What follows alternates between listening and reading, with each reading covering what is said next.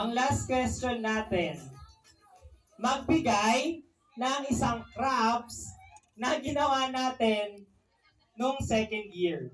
Crafts na ginawa natin nung second year. Crafts. Crafts. Crafts. Okay na ba? Wala dyan. Magbibigay kayo ng crafts ha, okay? 5, 4, 3, 2, 1.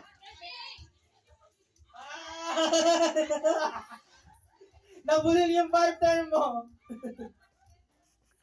Ay, hindi po dapat yung parehas. Okay, meron tayong winner. So, ano pong gagawin niyo sa makuha niyo prize? Papang Jollibee namin. Ay, hindi pa namin nasan yung nakaraan mong panalo. Okay po, thank you po sa nanalo. Um,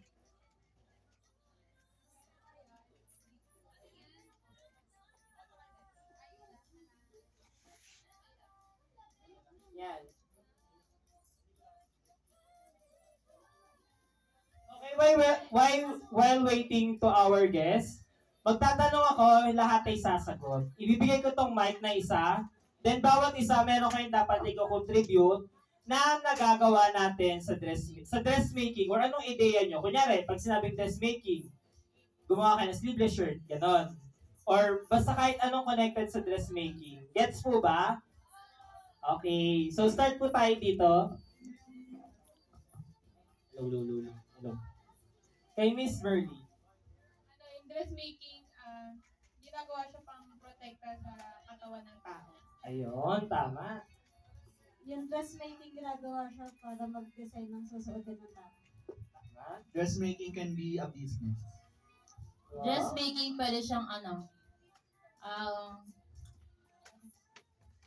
siguro, pwedeng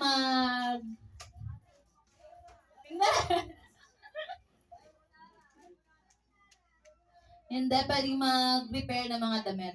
Ayun. Or adjust darts. Alam ko yun. Talagang Tama. nakalimutan ko. Nagbibigay ng comfort. Ayun. Tama. Dressmaking, pwede tayong gumawa ng sleeveless, polo, skirt. Ayun. Thank you, Miss Raisin. Yung dressmaking, sabi ni Elmer, pwede siya maging business. Then yung sa akin naman, nagbibigay siya ng trabaho. Wow. Business-minded naman pala ang ating. Pinagkaiba doon. Ano mo, passion? Okay, passion. Ano? Dagdag ko lang kay Raisin, short, pants. Ayun, mga natatay, Naman, inchi-inchi ang papasok kami, diba? sagutan. So, pambaba yung... Okay. Next po, Miss Jamsen. Yung dressmaking para siyang talent. Talent. Ikaw, Miss Jamsen. Hindi skills. Skills. Grabe, layo-layo na sagot ni Miss Jamsen kay Juvie. Siguro yung dressmaking, para maging aesthetic. Tama, aesthetic. Okay. Pass. Ay, bawal po boss. Kailangan meron kasi Ayun ichi nga yung ka. dressmaking para sa akin yung passion din siya and then meron siyang skills also pwede siyang pag-protect sa ating pag-protect sa atin sa katawan yung ganun. Okay, ayan. Okay, stop na po muna tayo. Mag-start na tayo. Ayan. Tuwang-tuwa na naman yung mga nasa likod. Dahil di kayo natanong, may tatanong kami mamaya sa inyo, syempre.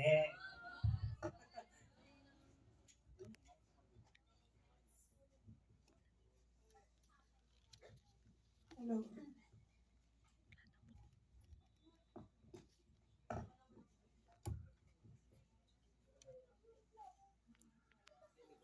Hello.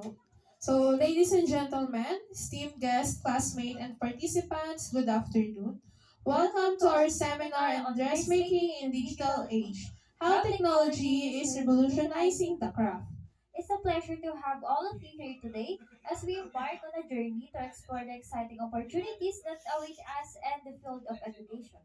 Before we formally start, let's just have a prayer. please stand po.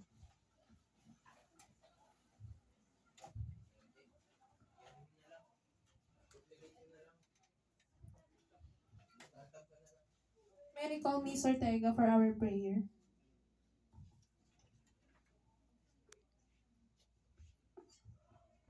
So, sabay-sabay po tayong iyuko ang ating ulo at damhin ang presensya ng Panginoon. Panginoon, maraming salamat po sa araw na ipinagkaloob niyo sa amin. Naway po ay patnubayan niyo po kami sa araw-araw at bigyan niyo po kami ng patnubay at naway po na marami po kaming matutunan ngayong araw na ito at yun lamang po at mairaos po namin ang aming seminar na ito. At yun lamang po ang aming samot dalangin sa pangalan ni Jesus. Amen. Okay, so please remain standing and sing our national anthem.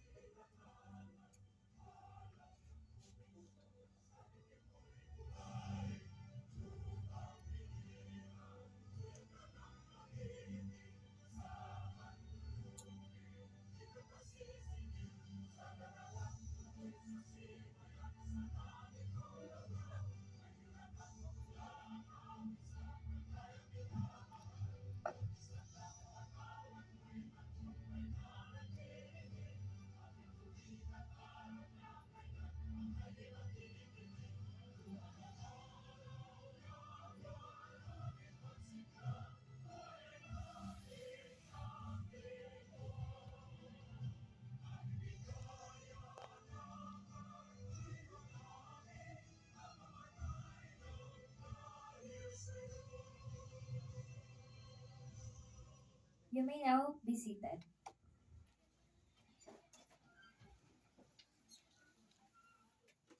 So, for our today's seminar is not just about learning, about empowerment, and it's about equipping ourselves with the knowledge and skill needed to thrive as educator and make a positive impact on the lives of our future students. But before we delve into the details, I would like to invite Miss Alisa May Ortega to deliver the welcome remarks.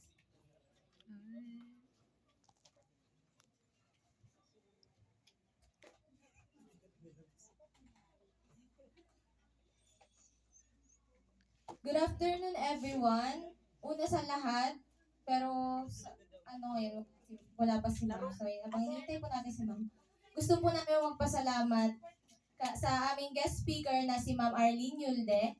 At walang iba din po, nagpapasalamat din po kami kay kay Miss Beverly De Vega at sa mga participant na umattend po ngayon para sa aming seminar.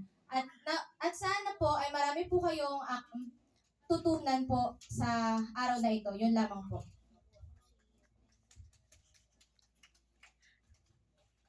Kanino huling natapos? Yan, hinintay lang na. Thank you.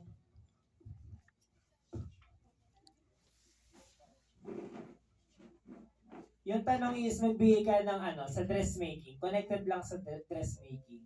Since ang topic natin today is about dressmaking. Ano po, colorful. Okay. Pwede makagawa ng mga headdress. About sa mga different types ng fabrics. Thank you. Yung dressmaking is para sa akin nagbibigay siya ng happiness. Kasi di ba pag maganda yung nagawa mo is Ayun, basta parang kasi nag-resign na si Jessa. Bigyan ng prize yan dahil nag-resign. Pagpabot na lang po kay Miss Jessa. Kay Miss Jessa. Ayan. Hindi kasi ang galing na ang ganda ng ano niya. Akala mo damanda magaling sa puso. Okay, next. yung dressmaking is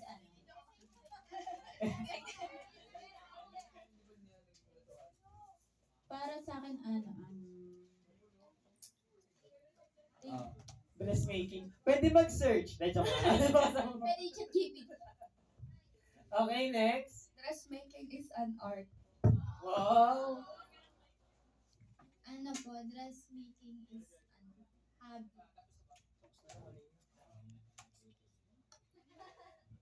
Dressmaking po is very essential for us nowadays. Especially as home economics students. Ay, lumala, Pansin. Bibigyan ng 2 prize yan. Isa mabigay. Okay, next. Ano, Ay, si yung, Sarah pa pala. yung dressmaking po, craft of sewing po. Okay, thank you, Miss Sana. Dressmaking. This is underrated, I think. Diba last time, nag-topic tayo ng dressmaking. It's about dress and silhouettes. Hindi yun ang topic, no? Yung mga silhouettes kung paano nagpipit, yung mga dresses sa isang damit. And also, pag sinabing dressmaking, may kasama din dun yung ating sewing machine. Ay, Ayun. meron pa pala. Thank you. O, bigyan mo yan ng prize. Alisa, 3 naman. O, isa lang daw. O, dalawa.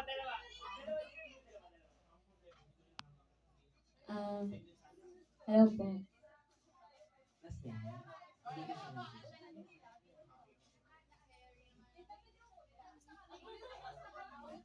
Ayan, Miss Sarah.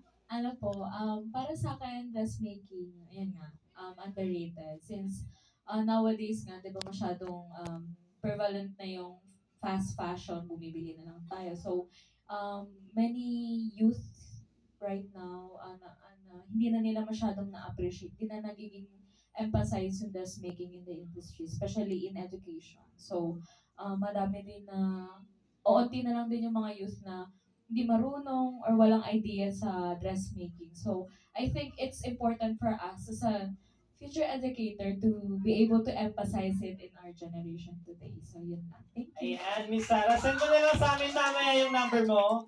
Mag-send kami sa Gcash. Thank you. Okay, si Miss Precious para, Miss Precious, Alam mo, ano? nakaka-pressure naman. Ayoko. Bawal one word. Dressmaking for me. English talaga. Kanina ko pa inisip to. Ano siya?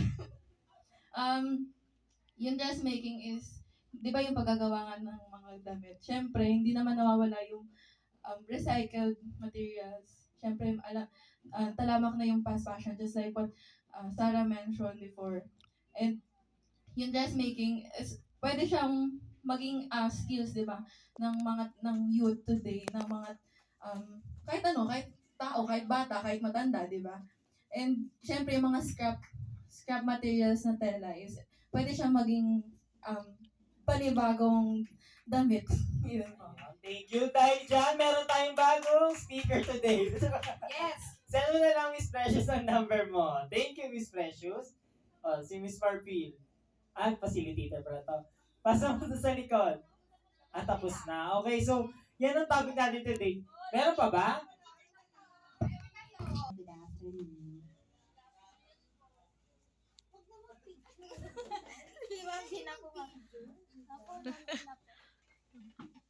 Ano na? Dressmaking po. What is dressmaking? Dressmaking kami digital. Kaya ko lang sagutin dressmaking. What is dressmaking? Siguro dressmaking is me. I studied in Sisters of Mary School, Girls Town. So, wala kaming ginawa sa buong buhay namin ng 4 na taon kundi manahe. We handled yung first share ko lang. We handled yung manual, tapos sumunod yung di-motor, and then nag-high speed kami. Second year pa lang, we knew already how to handle high speed sewing machine. And pagka practical arts kasi ang tawag dati sa amin, sa inyo TLE na ngayon. So pagka second year, gumagawa na kami ng gamit namin pantulog. Ginagamit din namin sa Girls Town. And then third year, gumagawa na kami ng uniforms namin. So in-house, gumagawa na kami ng uniforms, pantulog, pambahay namin. And then now, pati underwear ginagawa na nila. Babae at lalaki, may gumagawa ng gano'n. And then, uniforms, long sleeve, short sleeve, lahat ginagawa na. Siguro pati jogging pants ginagawa na rin nila sa school namin. So, tama yung sinabi ng iba, pwedeng maging business, but you really have to invest. Yun yung hindi ko nagawa before. Hindi ko may nakita na akong speaker. Wala pa naman si Ma'am Yude. Yun yung isang naging regrets ko before.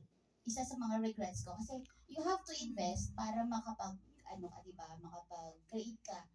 Pero ngayon, binabalik ko yon at meron na akong sewing machine, high speed. And nag-start ako ulit sa mga scrap, yung mga pinuputol sa mga,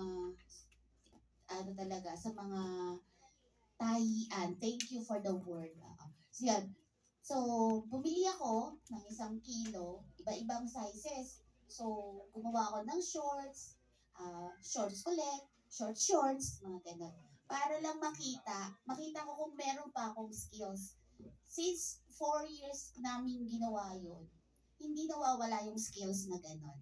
So, kung marunong kayong magtahi sa kamay, because I can, ang tawag doon, running stitch ba yun, tsaka back stitch.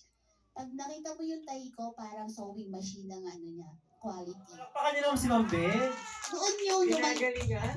nung malinaw pa yung mata ko, ngayon hindi na. So, yun yung maganda doon. Kasi, kaya mong magtahi. Pagka masikip na yung pantalon, pwede mong i-adjust, di ba?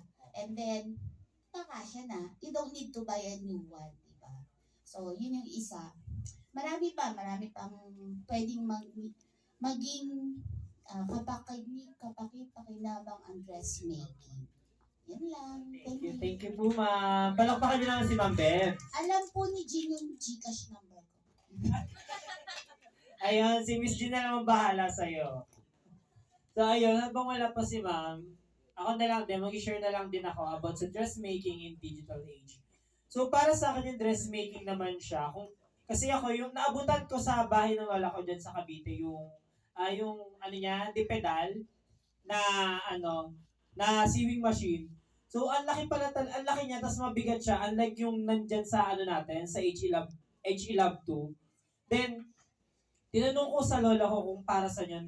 Dati kasi, yung bata-bata pa siya, halos lahat pala dati lang tinuturo sa mga schools is about sa skills. Ine-enhance yung skills ng ating mga lola o ganon. Pero ngayong digital age naman, syempre, hindi lang, ngayon dito na ang ating guest. Yan, so, palakpakan po natin si Ma'am Yulde. So, ngayon, yung dressmaking in digital age, syempre, as we face the 21st century, meron na rin tayo mga technology na mas napapadali yung buhay ng isang tao or mas napapadali yung gawa nila unlike na before na mano-mano, gaya nga ng sabi niyo Mebs kanina, di ba? Yung running stitch, ganyan, tinuturo pa sa kanila. Pero ngayon, Ms. Ortega for setting the tone of our seminar. With our spirits lifted and our mind engaged, let's now dive into the heart of our seminar on dressmaking in the digital age, how technology is revolutionizing the craft. It's my pleasure to introduce our distinguished guest speaker for today's seminar. Our guest speaker, our Master of Arts in Teaching, major in Technology and Home Economics at Technological University of the Philippines, Manila. She graduated of Bachelor of Science in Tourism Management at De La Salle University, Dasmariñas. She has certificate in Teaching Program of Technological University of the Philippines, Cavite. She is a licensed professional teacher, International Professional Certification, Certified Kitchen Cook, American Hotel and Lodging Association 2023, Certified Guest Room Attendant, CGA, American Hotel and Lodging Association, May 2021, Certified Guest Service Professional, American Hotel and Lodging Association, May 2020. Continuing her legacy of excellence, she received the other certifications: Trainer's Methodology 1, Housekeeping NC2, Food and Beverage NC2, Civil Service Professional, Resource Speaker at Our Lady of Assumption, Bulacan, Work Experience, College Instructor, Technological University of the Philippines, Cavite 2022, Present. Hospitality and Tourism Management Faculty, National College of Science and Technology from July 2018 to January 2022. Senior High School Instructor, Lyceum of the Philippines, July 2017 to January 2018. Kapu Imamura Okada, Manila, December 5, 2016 to November 6, 2017. Let's give a round of applause to our guest speaker for this afternoon, none other than Mrs. Arlene Wilde.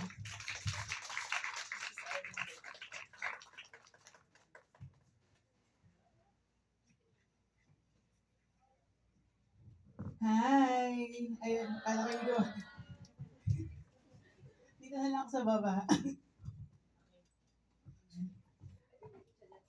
Ayan, good afternoon! Kamusta naman kayo after nyo dun sa isang event nyo kanina?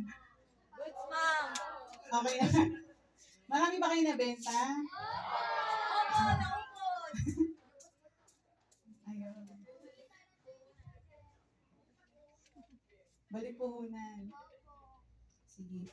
So, yung aking topic for today is about hindi sa food. So, maiba naman about dress making. Sige po, pa-next na lang po.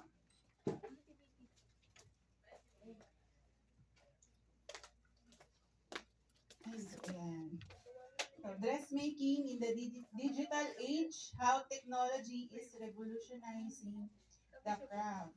Meron pong video after po yan. Let's play po.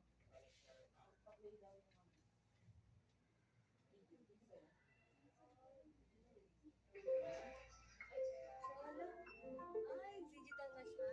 May wire na malala. Galing.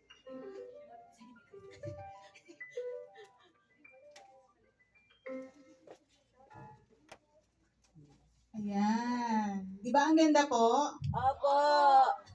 Sino pong kamukha? Ako. Ayan. So, yan yung example nung ating yan po yung example ng ating mga new trends in dressmaking using the technology. Pero bago po yan, dun po sa word natin na dressmaking, mamaya ay i-define natin siya. Pero at the end of our seminar, so lahat po yun, i-appreciate natin kung ano yung dressmaking in the digital age. So identify natin ano yung mga trends and i-present natin how the technology revolutionized the dressmaking process. So lahat yan masasum up natin dun sa ating mga makikita later. So let's define muna ano ba yung dressmaking. Lahat naman kayo nakapag-dressmaking na, no? Ayan, nakapag-dressmaking na ba kayo lahat? Ayan, sige na. Ano yung dressmaking? Ano masasabi mo? Ano po ma'am, para sa akin po yung dressmaking is, malaki po talaga natutulong ito sa atin kasi kumbaga siya po yung nag-aano sa kasuotan po natin.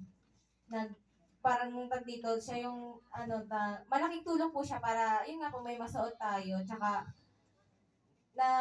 din po kami yung nalaman po namin ng pagtatahi, sobrang laking tulong din po nun. Napakabusisi pero sobrang worth it po nun.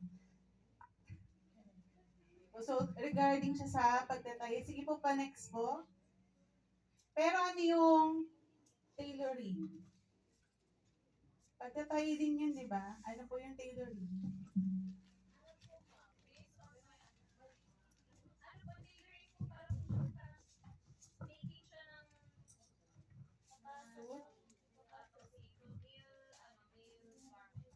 Okay, male garment. So, ibig sabihin, si dressmaking, ano po siya? Pag-dress kasi dressmaking. Mga women or girls garment. So, pa-next po. Yan. So, what is dressmaking? Si tailoring, si dressmaking, same lang silang gumagawa ng, ano pong ginagawa nila? Ng damit. So, saan po galing si damit bago nila gawin?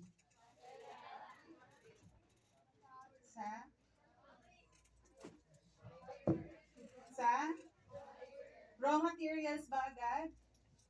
Yung clothes po, saan galing? Sa textile? Si textile saan galing? Sa fiber. Okay, very good. So, si dressmaking, ginagawa niya yung dress. Si dressmaking ay yung pagtatahi ng mga women or girls garment. Pero pag tailoring, more on men's garment. Next po. Bakit ba natin siya kailangan? So, yung una, people practice self-expression by the clothes they wear. Ano ibig po sabihin nun? Yung iba, nakikita doon yung kanilang passion, yung passion or fashion? Both ba? Both. Or yung kanilang personality, ano yung gusto nilang sabihin through fashion or clothes. So to create or fix our own clothes and garments. Kasi si garments ay isa dun sa ating mga basic necessities. So, syempre, kailangan, pag lumalaki na, kailangan marunong magtahi. Hindi kay nanay, kay mother.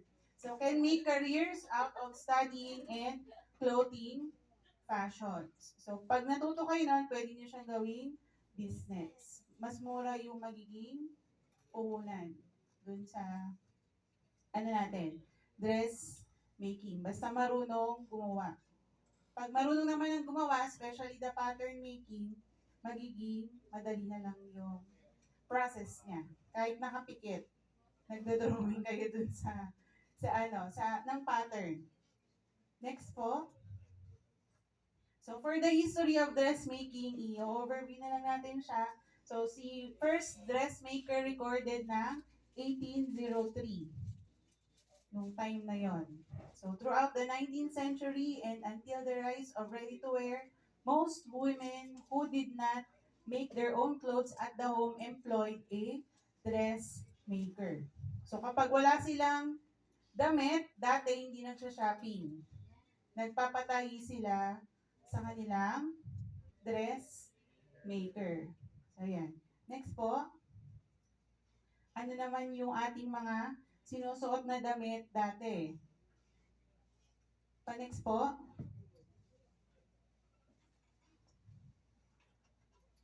So, yung mga sinusuot nating mga damit dati, meron siyang different eras. Victorian eras, ano pa? Regency. So, si Byzantine, si Silk Road era, sila Middle Ages. Sa Middle Ages, sila Middle Ages, ano yung mga damit? Yes, yung mga plain, yung mga tunic yung tawag sa kanila. Yung suot ni Pilato. Yung nagsuot lang ng gano'n, tela lang na mahaba. So, considered pa rin siya as dressmaking. So, ngayon ay 17. Oh, yun ang era natin. Yun ang era. So, 1705. Yung ating next era after ng Middle Ages, meron tayong late Middle Ages. So, doon na nauuso yung mga may feather sa ulo. Ngayon, di ba nauuso yung duck sa ulo? Dati, feather lang siya. Ngayon, duck na. Sisiw na siya. Yung ating modern era naman, doon na nag-start yung mga kakaibang fashion shows. Ayan, sige. Antayin na lang natin sila. Pero natapos na natin yung part ng history ngayon, ng era. Sige po pa, next po. Sige po pa, next po. So, yan sila Greek and Romans. Tela lang sila na dinesign na dress na. Tapos, sige po pa, next po. So, Middle Ages. dati wala, ano din, may gender equality din sila. Lalaki, babae, nagdi-dress. Next po. Ayan, sige po pa. Next pa po.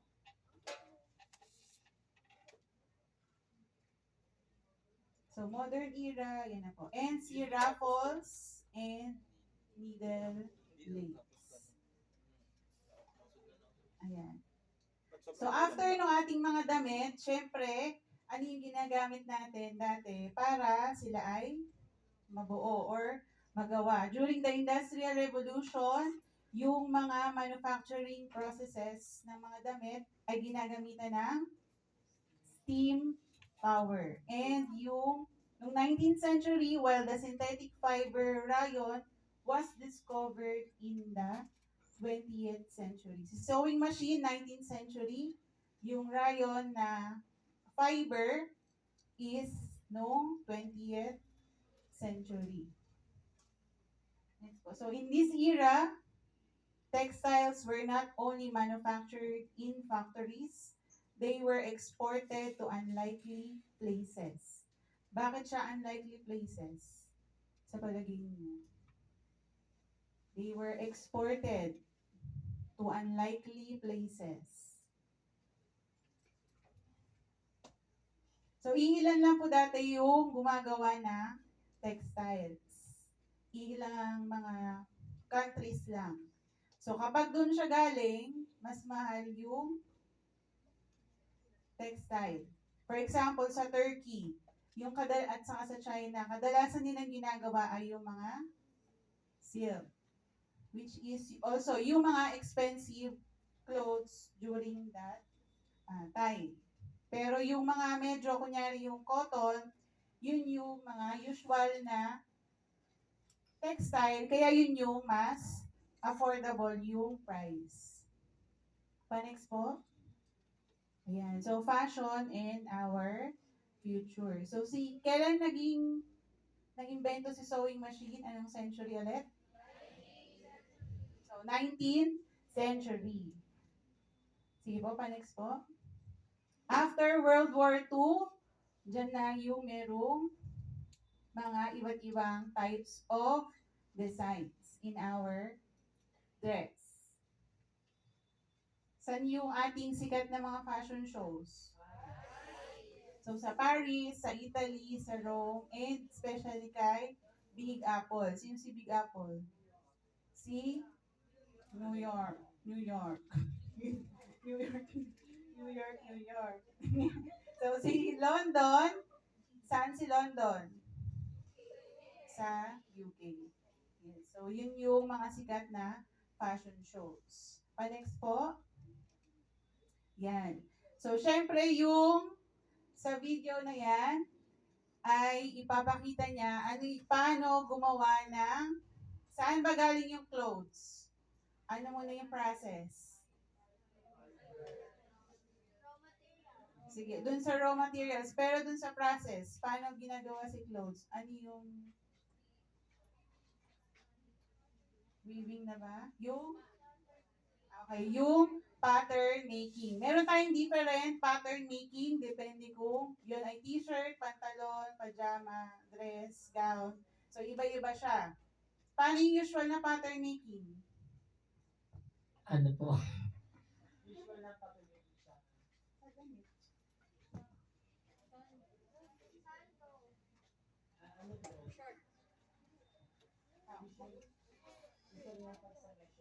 Yung kinukuha nila yung measurement, nag-uumpisa muna sila sa sa pangtaas muna dito.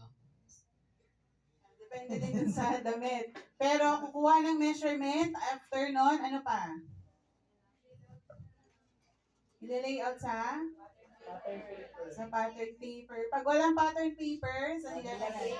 Sa Manila paper. After kay Manila paper, ita-transfer kay tela. So, yun yung usual na ginagawa. Pero using the technology, si pattern, ilalagay na rin siya digitally. Pero lahat ng measurement na nakalagay kay digital ay converted. Pag kinonvert siya, yun yung mismong sukat niya kapag pinahid. Hindi lang siya din drawing. Ganito yung, kanyari naka-curve siya, lagyan na lang natin ng measurement. Para siya yung mga miniature na bahay, dun sa mga architecture. So every measurement nun, eksakto yung measurement kapag tinayo yung mismong bahay, kahit na maliliit sila. Same din with dun sa digital patterns. So paano siya gawin? So let's find out. Paki-play na lang po. Pa-next na lang. Hello, my fashionistas. Welcome back to my channel. I'm Amber Westbrook, and today I'm going to be telling you how to digitize a flat pattern and make it into a PDF that you can print out or sell online. Before we get going, make sure you hit that subscribe button below and make sure you ring the little bell so that you get notified every time I upload a new video. I'm going to show you how to make two different kinds of patterns. Both of these can print, both of them are PDFs, but using two different programs. For those of you that have Adobe Illustrator, you are in luck because that one is coming up next. But right after that, I'm going to show you how to do the same process, but using Procreate on the iPad. I'm using an Apple Pencil with my iPad Pro to create this in Procreate, but you can also use a regular iPad or any other iPad that has functionality with the Apple Pencil. So without further ado, let's get started with the Illustrator tutorial. To start out, I'm going to take a picture of my pattern. Now, this is not a type of picture take because you can see it's distorted. I'm going to want to take this kind of picture where it's head on, straight from the top down. I'm going to take this photo into Photoshop and just give it a little bit of lens correction so that I can kind of have it be perfect. Now, if you don't have this, that's totally fine. You definitely don't need to do this. I just like to do it. It gives it a bit better perspective. So then I'm going to flatten this image and I'm going to save the file. And now I'm going to open it in Adobe Illustrator. Now when I open a new document in Adobe Illustrator, I'm going to make 8.5 by 11 sheets. I'm going to make sure I select inches. And I'm going to double check that my color is CMYK and my raster effects are on high, which is 300 points per inch. Then I'm going to scroll down and I'm going to go to more settings. Then I'm going to go here and I'm going to choose my number of artboards. Let's say 6 to start. You can always change this number later. And I'm going to arrange them from left to right and top to bottom. Then I'm going to change my spacing down to 0 inches. And I'm going to change my columns to 2 columns. I'm going to check and see all the rest of my settings are still okay. And I'm going to create my document. Now I brought this photo that I edited in. And on my actual pattern, I'm going to measure this straight edge so that I can have proper scale reference. Once I've measured that, I'm going to make a line with the same measurement, which for me was 31.25 inches, and I'm going to set that to a 90-degree angle and click OK. Once I bring my line down onto my page, I can see that I'm obviously going to need some more artboards. So what I'm going to do is Shift-O to bring up the artboard tool, Shift-click to select multiple, and then Option and drag to create duplicates. Once I have the proper size, I'm going to rearrange all of my artboards so that they're in order. And I'm just going to do my 4 columns, my 0-inch spacing, and click OK. Then all I have to do is scale up my image, holding down the Shift button so that you don't mess up the proportion, and I'm going to line it up with this line. Then I'm going to lower the opacity to 50%. I'm going to lock that layer, and I'm going to add a new layer, and I'm going to take my pen tool and just trace around all of these lines to create my shape. I'm using a pretty thick stroke here, which you definitely don't have to, because I wanted you guys to be able to see what I'm doing, but to use a thinner stroke will print out much nicer. One way to do seam allowance really quickly is to draw the inside line, your actual sewing line, with the pen tool, and then selecting that entire shape and click Command Copy, Command Shift V to paste in place, and then hold the Option key and drag the corners to scale from the center. Then all you have to do is use the A or Direct Selection tool to just clean up those little dots and make sure that everything is in place. This keeps you from having to draw the shape twice. Once I've done that, I can remove the back layer of my design so I just have lines. Then I'm going to clean up these lines and not change the shape because that's important, but I'm just going to move them around so that they're closer together, and I can delete these extra artboards so I'm not printing any blank pages. And as long as I have my artboard tool open, I'm going to create one large artboard that encompasses the entire design so that I can either print this out myself later, offer it as an option online, or I can even have it printed out full size or staples so that it's all on one sheet. But I'm also going to add numbers to each of these pages so that they can stay organized and I don't have to put the puzzle together when I do print them out individually. Then I'm just going to go to my regular save dialog, name it, and choose Adobe PDF to save the file. And that's it for Adobe Illustrator. So now we're going to change over to Procreate for the iPad. I'm going to open a new document and I'm just going to choose screen size because it doesn't really matter. We're going to change that later. And then I'm going to go to Add and Insert a Photo. Once I've inserted my photo, I'm going to do the layers drop down and I'm going to change the opacity down to about 25% and add a new layer on top of it that I can draw on. Then I'm going to select monoline and make it pretty thin because you want to still be able to see it but not super thick when you print. Then all I'm going to do is just trace around the whole pattern and seam allowance with my Apple Pencil.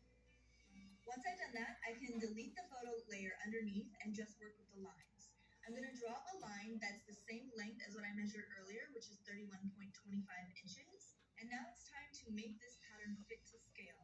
I'm going to use my Canvas crop and resize tool, and I'm going to calculate the pixels to inches. So I know that I need at least 31.25, so I'm going to go for 35 inches tall and pretty wide.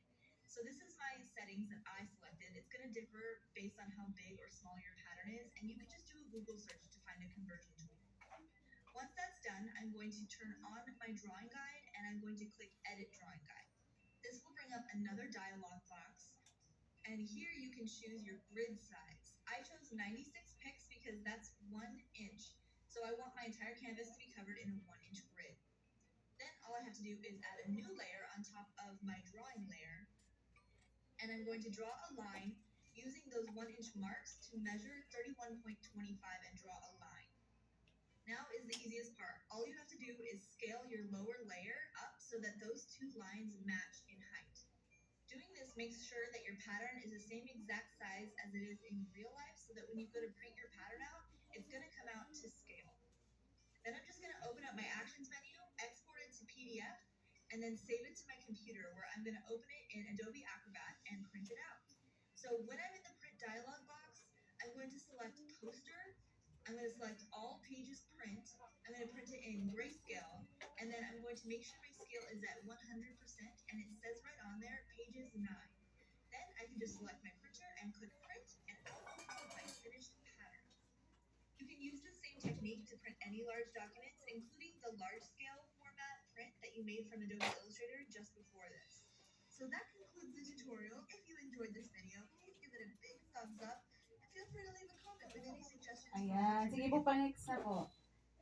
So, yun yung... Paki-next na lang po. Ayan. So, yun yung ating paglalagay ng ating pattern para maging digital print siya. So, sabi doon, pwede siyang i-print, pwede nyo rin siyang ibenta si pattern. Yung mga nakikita yung drawing sa Shopee, di ba meron minsan drawing yun, tapos yung mga sizes. So, yun yung ginagawa nila. Yung ating next na lang po, hindi ko po pala natandaan. Pa-next na lang po ulit. Ayan, sige po, pa-next pa po. So, yun yung... Hey, sewing enthusiast. Ayan. So, yung after ng making, ano na yung sunod? After ng pattern. Yung sewing na. Wait lang po. So, yung after nun ay sewing. So, si sewing, anong gagawin na? Tatayuin siya. Gamit yung sewing machine. So, gamit si sewing machine. So, pakiback na lang po ulit. Sorry. Yan, sige. So, yan si mga sewing machines natin. Sige po, next na lang po.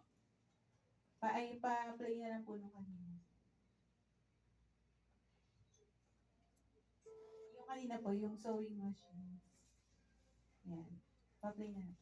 Hey, sewing enthusiasts, and welcome back to my channel, Best Reviews. If you're passionate about creating fabulous garments or just diving into the world of stitching, you're in the right place. Today, I've rounded up the top 5 best sewing machines that you can get your hands on this year. Whether you're a seasoned pro or a beginner, these machines offer cutting-edge features and functionality that cater to every sewing need. But before we jump into it, don't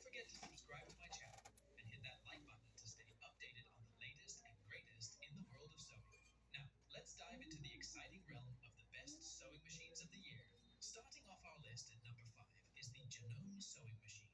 With its sleek white design measuring W 16-inch by H 12-inch by D 7-inch, this computerized gem boasts 30 stitches, including a handy memory buttonhole.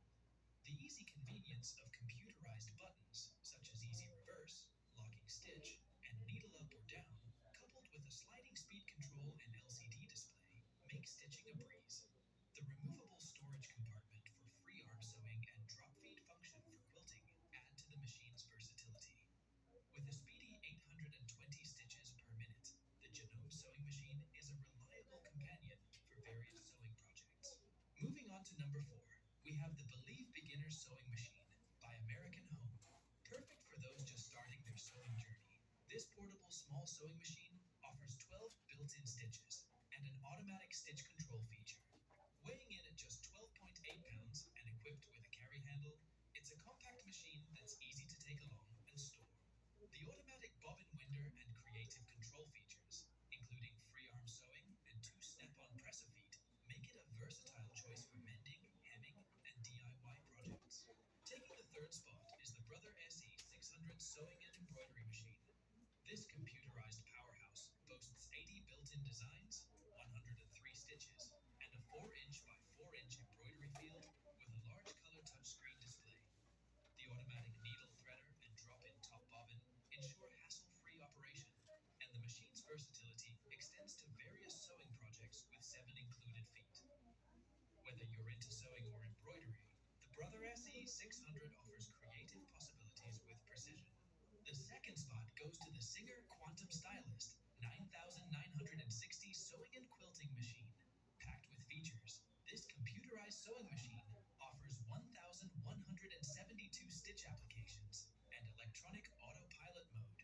The automatic needle threader, high-speed sewing capabilities, up to 850 stitches per minute, and a variety of included presser feet make it a top choice for fashion sewing, quilting, and crafting.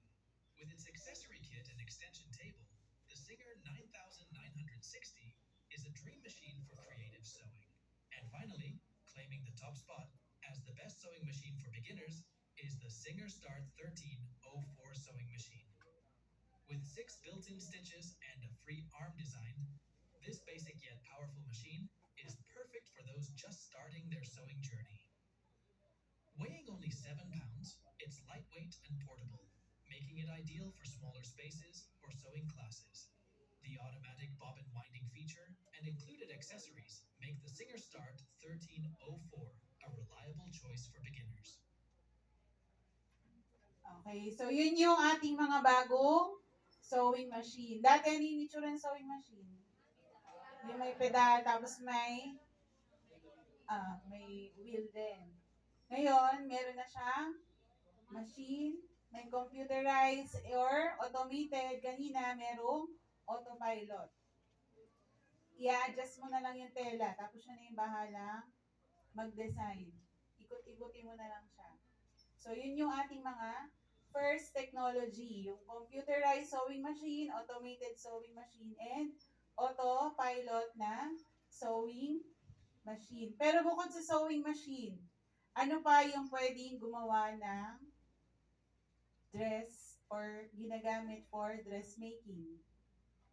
Meron ba kayong idea? Hand, ano pa? Crochet, knitting. So, yun yung mga manual natin ginagamit.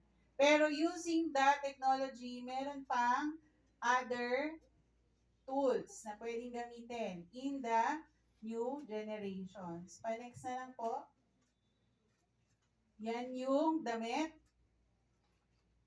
Saan siya gawa? So, siya naman ay ginawa, hindi ginamit si sewing machine, gamit yung 3D printer. Alam niyo ba yung 3D printers?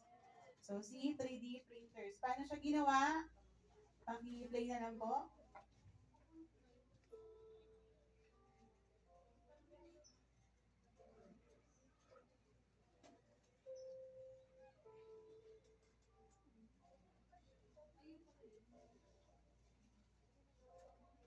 Welcome to the future of fashion, where technology meets creativity. Today, we're diving into revolutionary 3D printing and how how it's reshaping the landscape of the fashion industry. Welcome to Design or Design. My name is Maria, and this channel is all about fashion, it's all about trends. I usually create runway trend reports, but today I just decided to try something new, talk about new developments in the fashion industry. And if you like this kind of content, let me know down in the comments below. Traditionally, fashion design involved sketching, pattern making, and manual prototyping.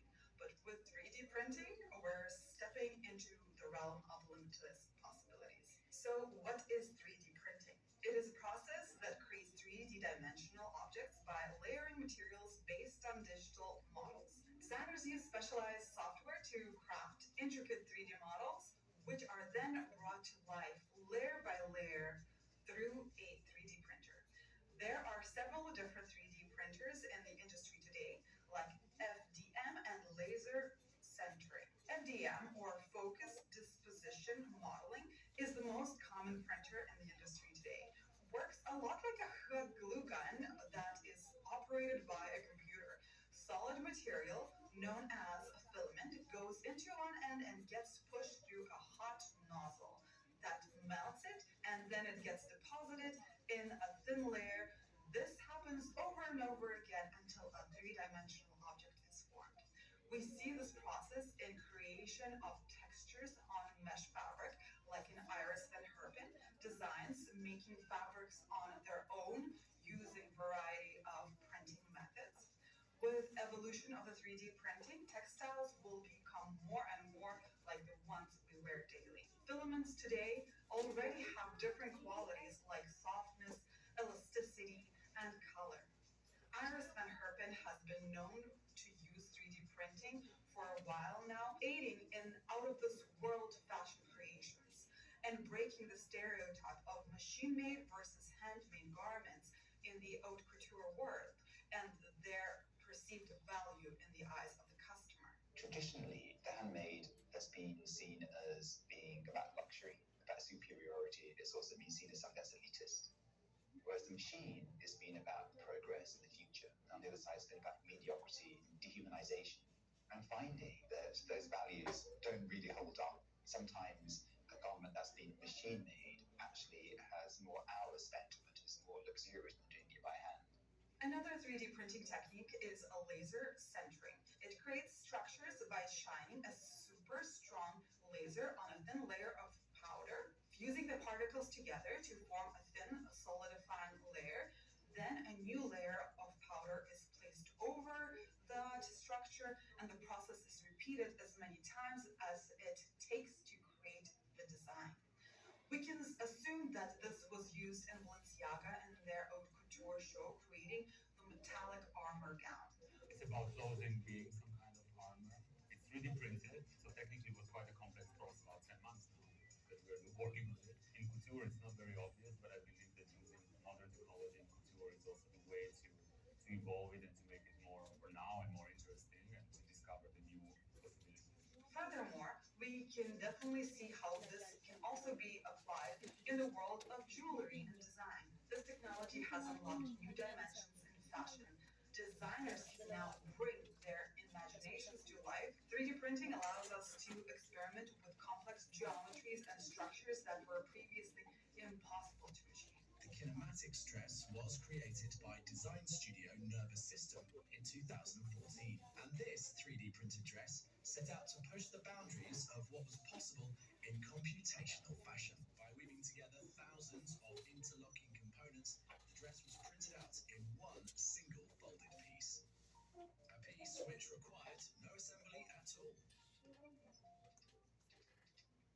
The advantages of the 3D printer is that we can digitize all the patterns to produce only the necessary fabric. All of the process of the design, the production, and the use of the garment is very sustainable because when the client don't want to use more the garment, they can return us and we can nail the garment and recreate the raw material, another 3D printed filament. Indeed, sustainability is a driving force.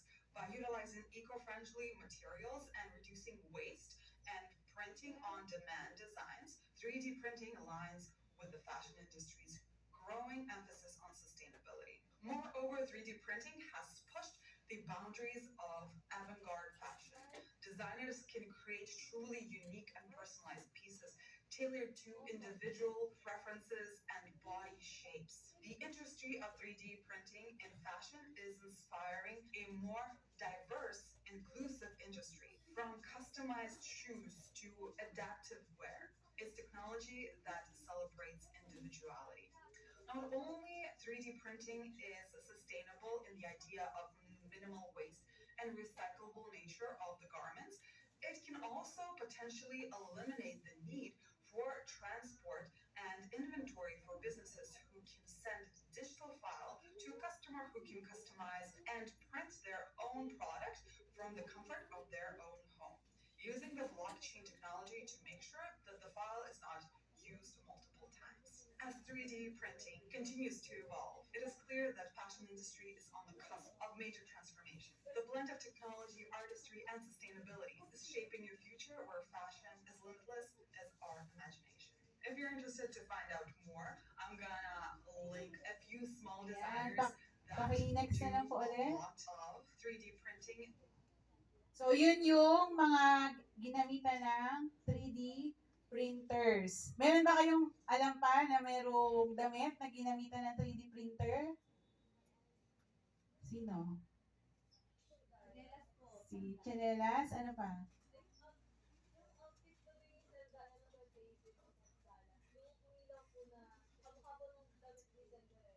Oh, yun. Tama. At sino pa? So, yung nanay ni Black Panther, nakita niyo ba yun?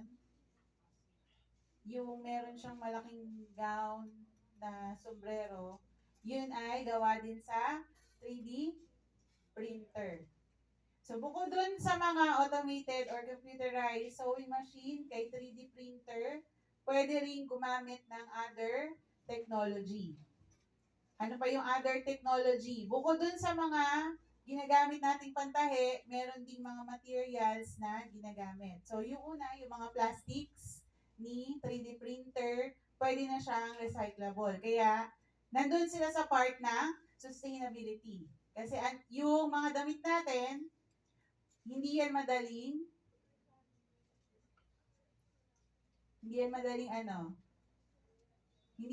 masira. Kaya yung isa sa mga waste natin sa buong mundo is yung mga damit. So sa ibang country, yun yung pinakamarami nilang waste. Kaya anong ginagawa nila? Binebenta nila yon into yung mga bales, yung mga ukay, yung mga sakong gano'n, tapos mura lang. Tapos papadala nila sa iba't ibang country. So, kasi hindi yun madaling masira. Hindi yun madaling matunaw. Kagaya ng mga plastics. So, bukod doon, yung textile, syempre, na nag-create sila ng sustainable textile. So, meron ding textile na automated. Yung tawag nila doon ay interactive textile. Kunyari, sinuot siya ng slim, yung textile, mag-a-adjust dun sa slim na tao or individual. Kung medyo malaki siya, mag-a-adjust din yung textile. So, pwede siyang movable. So, aside doon, kagaya nung pinanood nyo kanina, pa-next na lang po. Yung kanina po.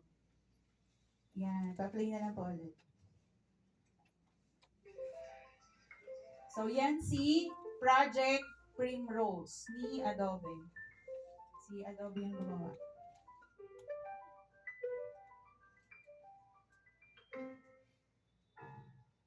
Yan lang yung isa sa mga damit. Yung another, Adobe Primrose, na merong interactive textile. Paki-next na lang po. Introducing Project Primrose, a digital dress that brings fabric to life. Unlike traditional clothing, which is static, Primrose allows me to refresh my look in a moment.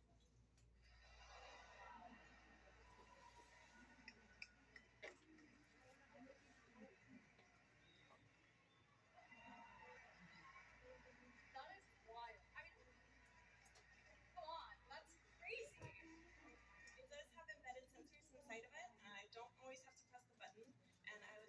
you how that works. So right now in this mode, you can see nothing's really happening, but as I kind of turn and move, the dress will respond. The dress should respond. Let's try it. One more time. Hang on. Here we go. Here we go. All right. Live demos, everybody. Okay, so yun si Project Primrose ni Adobe. Paano siya ginawa? Paki-next na lang po.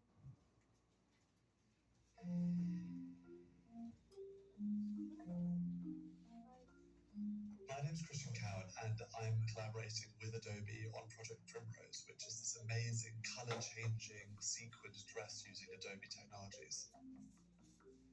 I've always been obsessed with fabrics that reflect light. I love things that interact with their environment. So let's do. Yeah, I want it to like feel almost as organic as possible. I think that's awesome. Getting to lead a project of this magnitude at this speed has been really exciting. A real opportunity to show off what Adobe Research can do and what Adobe Tools can do. We live in the age of technology, and I honestly think it's a little bit weird to be a designer and ignore it. It's important to just keep on breaking boundaries and to keep on pushing yourself. What's amazing about the software is it allows you to just create endlessly, and really Adobe just allows you to dream. Yan. So, yun po yung kay Adobe Primrose. So, aside dun sa ating mga 3D printer, kay Sustainable Textiles, meron din yung mga interactive textiles. Pero ginagamitan na sila ng other materials. Kagaya ng mga lights and yung mga kinakabit sa computer para mag-automated din siya. Next na lang po. Next na lang po.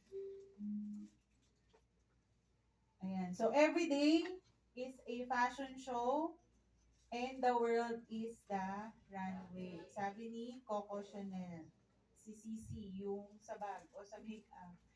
And thank you for listening. So, yun na. Thank you.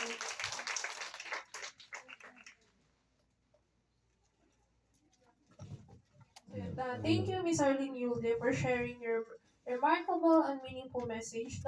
Now, if anyone has a question for our guest speaker, feel free to raise your hand and we'll answer the question. Yan si Miss Bravo.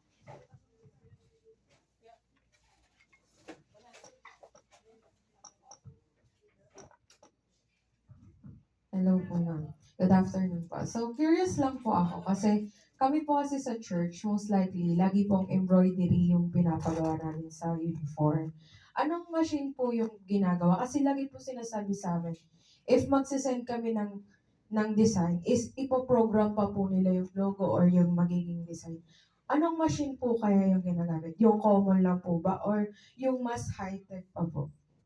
Iba-iba yung, depende sa machine. Basta may nakalagay doon na purpose for embroidery.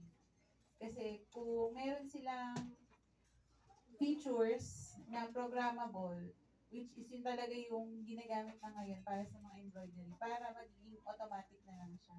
Same siya dun sa 5 kanina, pero marami yung, kung sa mga brands, marami yun.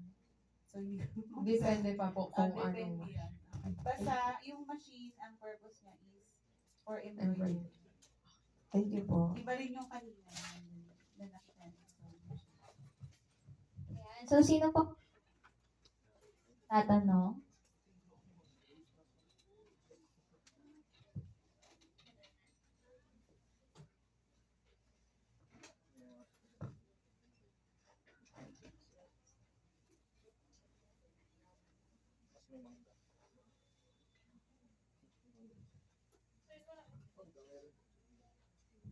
Wala na po ba gusto magtanong? Baka may gusto kayo i-share or malaman pa? So, yun mukhang wala naman na, no? So, thank you for all your insightful questions, and a special thank you to Mrs. Arlene Yulde for providing enlightening answers. Now, let's take a moment to acknowledge the hard work and dedication of our guest speaker. So, allow me to read the certificate. Certificate of Recognition is hereby given to Mrs. Arlene F. Hilde for sharing her valuable knowledge and expertise as guest speaker in the Seminar of Technology in Livelihood Education entitled Dressmaking the Digital Age, How Technology is Revolutionizing the Crafts, held in our visual room, June 7, 2024. Given this day of June 2024 at Technological University of the Philippines, Cavite Campus. May I call Miss Beverly De Vega to give the award?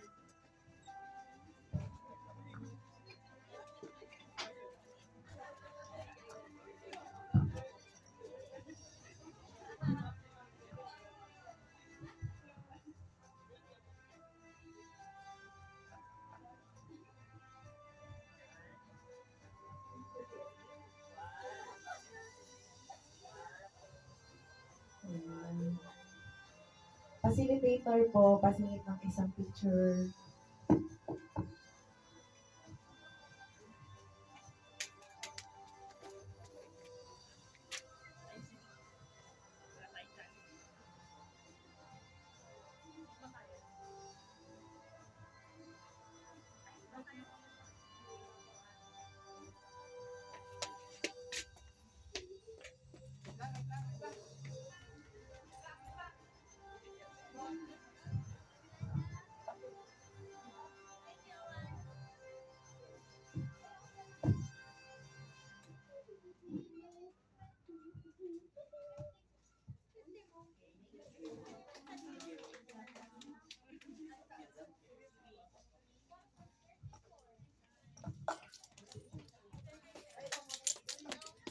Ayan, so picture po muna tayo lahat.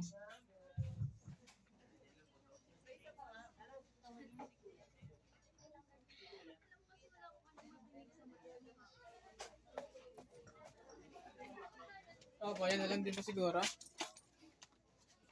iPhone ko pala.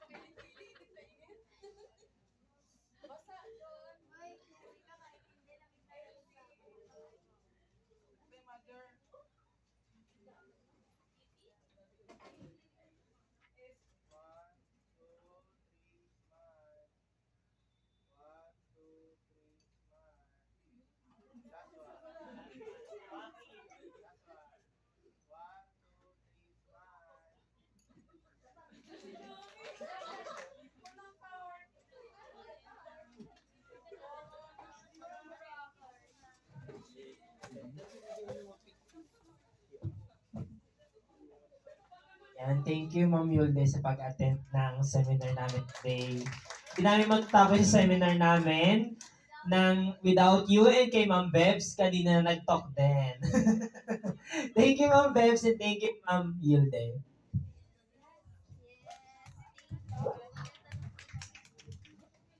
So as we come to end our seminar, I would like to invite Miss Jean Melissa Rosales to deliver our closing remarks.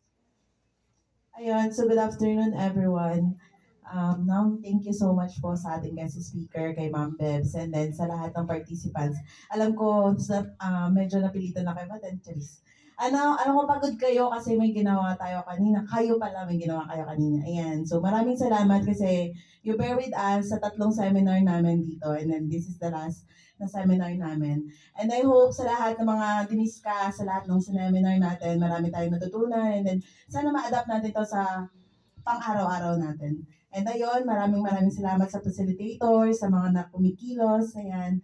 And then para sa last seminar, sana maging successful din kagaya nung sa amin. Kahit maraming technical issues and mga issues sa paligid, ayan. Maraming salamat po sa inyong lahat. God bless and ingat po tayo sa pag-uwi.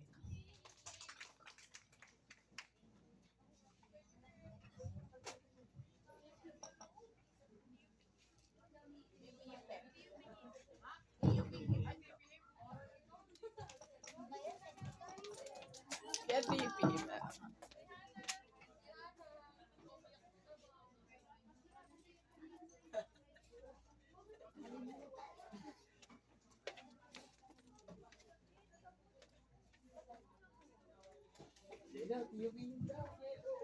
So, please stand po to singing our TUP hymn.